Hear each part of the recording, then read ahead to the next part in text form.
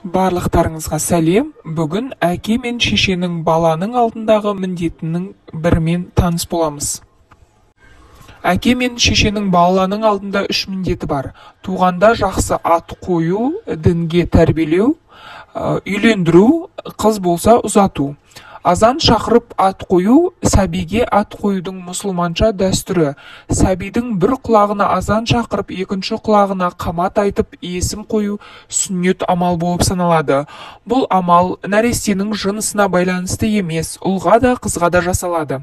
Перзентінің құлағына азан шақырып жақсы есім қою ислам дінінің ата-анаға жүктейтін жауапты міндеттерінің бірі. Әке шешесі таңдаған есім баласы өскенде кесірін тигізбейтіндей болуы шарт. Сондай-ақ адам есімінің мағыналық тұрғыда өте сауатты болуының маңызы туралы хадис шәрифтерде айтылған. Сендер қиямет күні өздеріңнің есімдеріңмен және әкелеріңнің есімдерімен шақырыласыңдар, сондықтан да есімдеріңді жақсартыңдар. Атты неге азан шақырып қояды?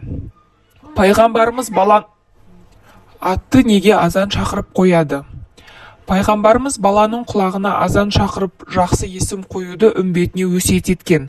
Күнделікті оқылатын 5 уақыт намаздың уақыты кіргенін мұсылмандарға хабарлағанда азан айтылады. Сондай-ақ сәбиге ат қояр сәтте құлағына азан шақырылады. Ибн Аббастың риуат етуі бойынша пайғамбарымыз немересі Хасан дүниеге келгенде оның оң құлағына азан, сол құлағына қамат оқыған. Сондай-ақ нәрестенің ең алғашқы естіген дауысы азан үні болғаны дұрыс. Себебі оқылған азан мен қамат сәбиге жасалған алғашқы иман қадамы болып саналады. Нәрестеге есімді азанды білген кез келген мұсылман баласы қоя алады. Міндетті түрде мешіт имамының немесе молданың азан шақыруы шарт емес. Егер де жас кезінде балаға қандай да бір жағдайлармен азан шақырылмаса, есейген кезінде шақыруға рұқсат етілген. Ал енді азан шақырып ат қоюдың тәртібіне келер болсақ, мұсылман адамы құбылаға жүзін қаратып, сәбидің оң құлағына азан шақырып 3 рет атын айтады. Кейін екінші сол құлағына қамат түсіріп, тағы да есімін 3 мәрте қайталайды. Бұл сәбиге жасалған алғашқы иман қадамы.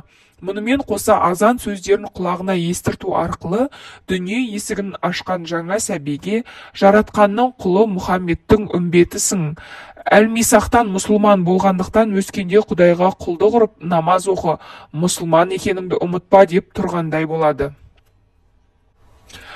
Аталмыш рәсім көбіне жаңа туған сәбиге жасалады. Бірінші күні немесе ең кеш 7-ші күні одан кешіктірмеген абзал.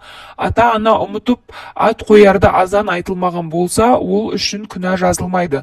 Сондықтан кішкене күнінде құлағына азан айтылмаған балаларыңызға өскеннен соң азан айтып, қайта ат қою шарт емес.